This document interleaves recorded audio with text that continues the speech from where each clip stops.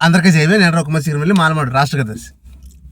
ఈ మధ్య ఆంధ్రప్రదేశ్ రాష్ట్రంలో, అదేవిధంగా తెలంగాణ, టోటల్ ఓవరాల్గా భారతదేశంలో ఒక సంఘటన అనేది చక్కెర్లు కొడుతుంది సోషల్ మీడియాలో. ప్లస్ అది ఒక మోసపూరితమైన, అది వ్యాపారం అవ్వచ్చు, రకరకాలుగా ఫ్రీ మనీ అంటే మనలాంటి వినియోగించుకునే వాళ్ళకి, వినియోగదారులకి ఫ్రీ మనీ. సబ్జెక్ట్కి వచ్చేద్దాం. ఇప్పుడు నేను చూపిస్తాను చూడు. మీ దగ్గర 5 రూపాయల నోట్లు ఉంటే మాకు ఇవ్వండి, మాకు ఫోన్ చేయండి, నాకు 20 లక్షలు ఇస్తాం, 30 లక్షలు ఇస్తాం. రూపాయి నోటు ఉంటే ఇవ్వండి, మాకు ఫోన్ చేయండి, స్క్రీన్పై చూపించిన నెంబర్. కానీ సోషల్ మీడియాలో చక్కెరలు కొడుతుంది. అదేవిధంగా 20 రూపాయల నోటు, అదేవిధంగా మళ్ళీ 10 రూపాయల నోటు ఏదో కమలం గుర్తుంటుంది. అదేవిధంగా మళ్ళీ రకరకాల ఈ అంటే పాత కాయిన్స్ అండ్ కరెన్సీ పేపర్స్ మొత్తం అన్నీ కూడా ఒక్కోదానికి ఒక రేటు. అది 786 ఉంటే దానికి ₹1,00,00,000 ఇస్తాము. ఇలాగ ఓకే, ఇవన్నీ మీరు చూసే ఉంటారు. కానీ ప్రాక్టికల్గా జరిగేది ఏంటంటే ఫ్రీగా ఎవడు మనీ ఇవ్వడు. ఇప్పుడు ఒక 5 రూపాయల నోటుకి 20 లక్షలు ఇస్తున్నాడంటే 5 రూపాయల నోట్లో ఏముంది? ఓన్లీ పాత కరెన్సీ సేకరణ అనుకో.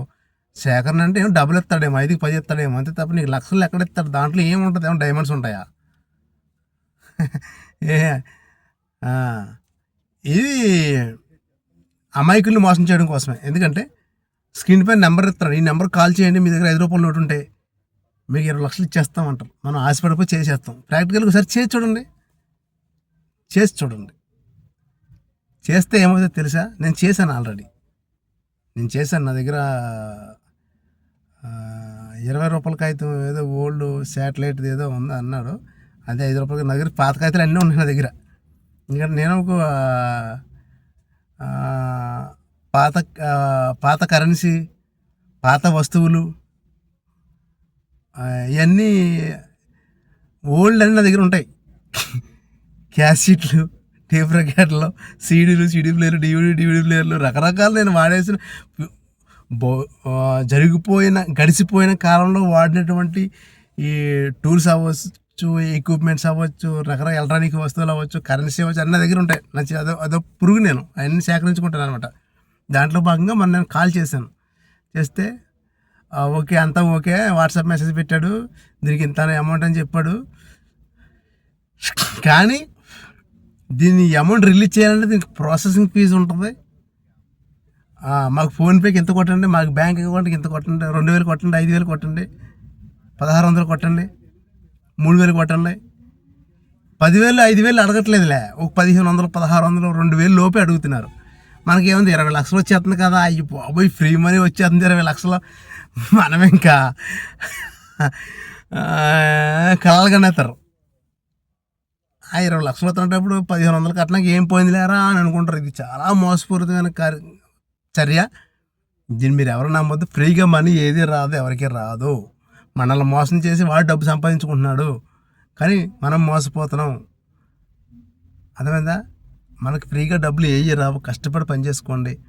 కష్టపడి పని చేసుకుందంటే 100 రూపాయలు సంపాదన వస్తే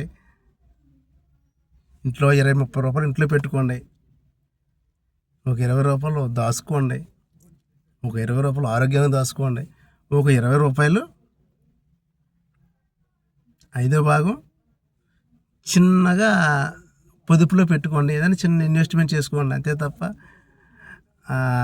ఈ ఫ్రీ మనీలోకి వెళ్ళొద్దు.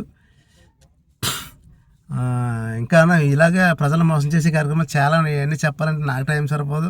కానీ అవగాహన కోసం చెప్తాను. ఇప్పుడు చాలా ట్రెండింగ్ అయిపోయింది. ₹1 కాగితాలు, ₹2 కాగితాలు, ₹5 కాగితాలు, ₹5 కాసులు, ₹2 కాసులు, ఏ రకరకాలుగా. నమ్మొద్దు, నమ్మొద్దు. మీరు డబ్బులు వేసి మోసపోవద్దు. ఇది ప్రాక్టికల్గా చెప్తున్నాను. నేను ఆల్రెడీ ప్రాక్టికల్గానే చెప్తున్నాను. ఇది నిజం. నమ్మకపోయినా ఫ్రీగా డబ్బులు రావు. కష్టపడి పనిచేసిన బతకండి హ్యాపీగా.